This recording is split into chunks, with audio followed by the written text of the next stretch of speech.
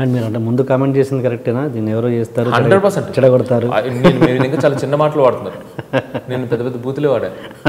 So ఎవరైతే opinion ఉందో ఈ సినిమా తీయడం అనేది కరెక్ట్ కాదు, ఈ సినిమా తీస్తే వర్కౌట్ అవ్వదు అని ఎవరైతే ఒపీనియన్స్ ఉన్నాయో ఆ ఒపీనియన్స్కి I respect them because I'm one among dum.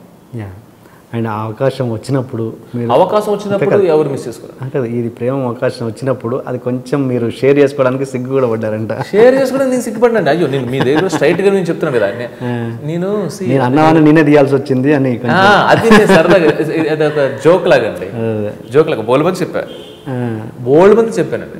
ఇది నేను ఇన్ఫ్యాక్ట్ ఆ సినిమా చూసిన వెంటనే వచ్చినాక చూసి ఈయనతో మా హీరో ఈయన చైతన్యతో మాట్లాడేటప్పుడు ఆయనతో అన్నప్పుడు నేనే చెప్పా, కాకపోతే మీరాగినా ఎవరో ఒకళ్ళు లాగేస్తారండి అంటే ఎవరో ఒకళ్ళ ముందు నేను వాడే ఫ్రేజ్ కూడా వేరే, అదేంటంటే ఎవరు వాడేస్తారు అనుకున్నాను అనమాట. బట్ సమ్టైమ్స్ అంటే ఇట్ హ్యాపన్స్ అంతే, అంటే నాకు కొన్నిసార్లు భలే ఉంటాయి మళ్ళీ టు రీకలెక్ట్ సమ్ వర్డ్స్ అవన్నీ ఎలా. శృతి హాసన్ విషయంలో కూడా మీరు ఆ అమ్మాయిని పెట్టాక కూడా కొంచెం అదే ఇబ్బందిగా ఫీల్ అయ్యి శృతి హాసన్ పెట్టాల్సి వచ్చింది అన్నారంట. అంటే కాదండి, ఇనీషియల్గా ఆడియన్స్ ఏంటో నేను అదేనండి, బయట రెగ్యులర్ ఫిల్మ్ మేకర్స్ ఏంటో సినీ గోయర్స్ ఏంటో నేను అదేనండి.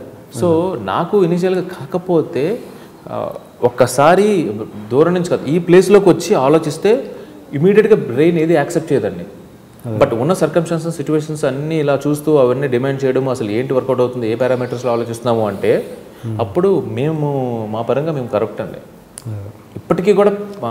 సో మేము కరెక్ట్ అన్నమాట. సో ఇనీషియల్గా అది ఫస్ట్ మనిషికి ఉండే థింగ్ ఏంటంటే ఖండించడం అండి.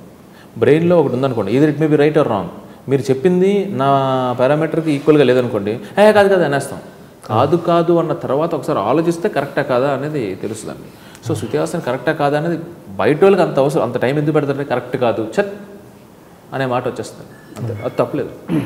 ప్రేమం రిలీజ్కి బిఫోర్ జస్ట్ ట్రైలర్ రిలీజ్ అయినప్పుడు సోషల్ మీడియాలో ఏ విధంగా టార్గెట్ చేశారు? ఇనీషియల్గా మేము పోస్టర్ రిలీజ్ చేసామండి, చాలా మంచి రెస్పాన్స్ వచ్చింది. టెరిఫిక్ ఇనీషియల్గా చైతన్య అలా చేయబెట్టుకుని ఉంటాడు కదా, ఆ పోస్టర్ రిలీజ్ చేసినప్పుడు చాలా మంచి రెస్పాన్స్ వచ్చిందన్నమాట. టూ గుడ్ వచ్చింది, డన్. వీళ్ళు ఒక క్వాలిటీ అని అంటే ఇనీషియల్గా మనం వదిలే ఫస్ట్ థింగ్ షోకేస్ ఏంటంటే poster. Anil Banu fantastic job చేశారు, that is the fantastic job అనమాట. ఓకే ఫైన్, చాలా మంచి రెస్పాన్స్ వచ్చింది. తర్వాత ఇంక వేరే పోస్టర్ వదిలేం, మంచి రెస్పాన్స్ వచ్చింది. తర్వాత మేము ఆడియో సాంగ్ వదిలేం ఎవరే ఇంకా అంటే డన్, అందరూ సెటిల్ అయిపోయారు, కూల్ బాగుందని.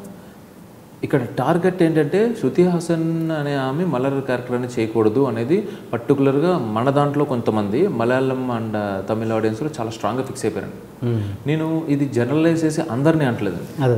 ఓకే, ఎవరైతే పనిగట్టుకునే ట్విట్టర్ ఆర్ ఫేస్బుక్ సోషల్ మీడియాలో ఉంటారో అంటే వాళ్ళకి అది వాళ్ళ పని. సో వాళ్ళు ఏంటంటే మేము వీడియో ఎవరే సాంగ్ టీజర్ రిలీజ్ చేసిన వెంటనే దే స్టార్టెడ్. నాకు ఇనీషియల్గా ఈవినింగ్ 4 o'clock 5 o'clock వరకు చాలా మంచి కాల్స్ వచ్చాయి. ఇంకొకటి ఏంటంటే అందులో ఉన్న సోల్ని నేను రీక్రియేట్ చేయగలను కానీ ఫీల్ని రీక్రియేట్ చేయడం కష్టం అండి. సోల్ అనేది వాళ్ళకి ఒకలాగా మనకు ఒకలా ఉంటుందండి, అలాగే తీస్తే అలాగే తీసే ఉంటారు. దానికి మించిన స్పెషాలిటీ ఏంటి అనేది మేము ఆలోచించిన ఇది థింగ్. సో ఆబ్వియస్లీ మేబీ ఆ టీజర్లో ఏదైనా ప్రాబ్లం ఉందేమో ఉండొచ్చు, 100% ఒరిజినల్ దానికి మ్యాచ్ అవ్వకపోవచ్చు, కంపారిజన్స్లో తక్కువ చేయొచ్చు. ఎందుకంటే నార్మల్గా అయితే the board did very good job అండి, కానీ ఊరికినే ఫస్ట్ అది చూసాం ఆ తర్వాత ఇది చూసాం కానీ ఆ కంపారిజన్స్లో బాగాలేదు అనడం వేరండి, కొంచెం కించపరిచినట్టు అంటే క్రిటిసైజ్ వేరు ఇది వేరండి.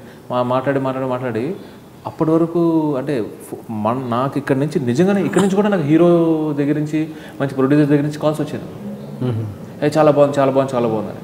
వాళ్ళు టూ మచ్ ట్రోల్ చేశారు. మన దాంట్లో కూడా కొంతమంది, మన దాంట్లో కూడా ఫేస్బుక్ ట్విట్టర్లో కూడా అదొకటే రీజన్ అంటారా శృతి హాసన్ పెట్టినందుకే అలా జరిగింది? శృతి హాసన్ పెట్టినందుకు కాదండి, మేబీ ఒకటి నిజం అండి. ఒరిజినల్లో కరెక్ట్గా మాట్లాడాలి అంటే to be frank, Premam Malayalam ఉంది కదండి, వాళ్ళు ఫస్ట్ ఎపిసోడ్లో ఒక సాంగ్ టీజర్ తప్ప మూవీలో ఏది రిలీజ్ చేయలేదండి. ఈ మూవీకి టీజర్స్ సాంగ్స్ కట్ చేయడం అనేది చాలా కష్టమైన పని, కట్ చేయలేరు.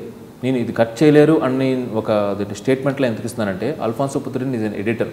ఆయన ఎడిటర్ నుంచి డైరెక్టర్ అయ్యాడు. ఫస్ట్ సినిమాకి అతని ఎడిటర్, ప్రేమం కూడా అతని ఎడిటర్.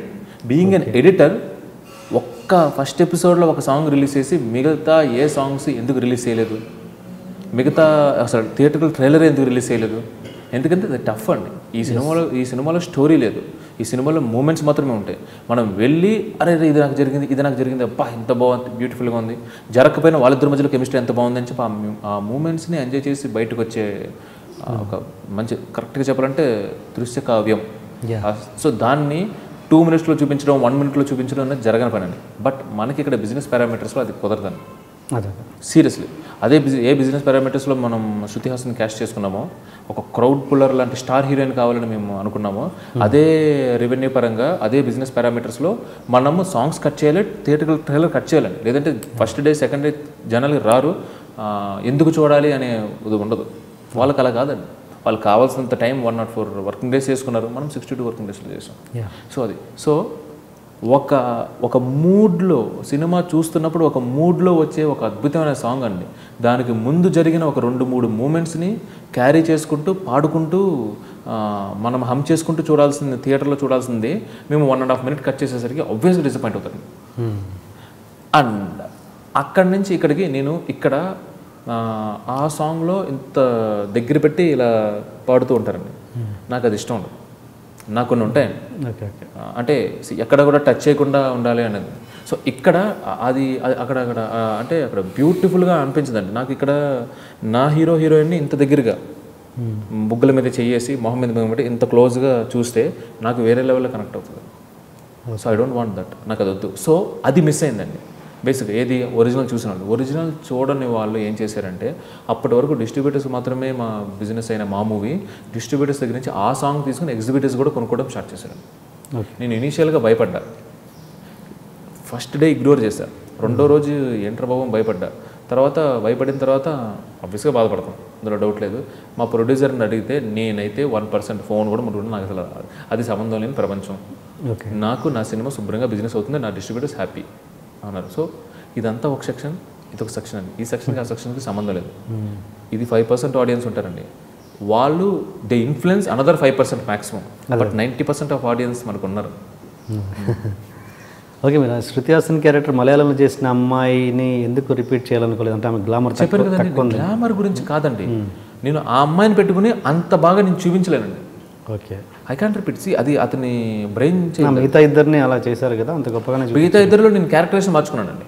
ఈ సో సాఫ్ట్, ఎంత స్వీట్ అంటే మీకు ఆమె అదేంటి మీరు డ్రింక్ చేశారా అని అడిగిన, కోప్పడిన, షడప్ అన్న చాలా స్వీట్గా చెప్పుద్ది.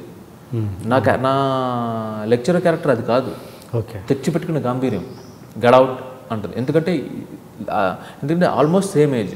స్టూడెంట్స్ ఏమన్నా ఈమెను డామినేట్ చేస్తారేమో అని ఈమె కావాలని డామినేటింగ్గా ఉండి వాళ్ళు వెళ్ళిపోయిన తర్వాత నవ్వుకుంటుంటుంది ఆమె. మీకు సినిమా చూస్తే అర్థమవుద్ది, గడౌట్ అని చెప్పి వాళ్ళు వెళ్ళిపోయిన తర్వాత మన అవుద్ది. I love you are looking so beautiful అన్నప్పుడు కూడా టేక్ అవే అని చెప్పి ఆ తర్వాత నవ్వుకుంటుంది.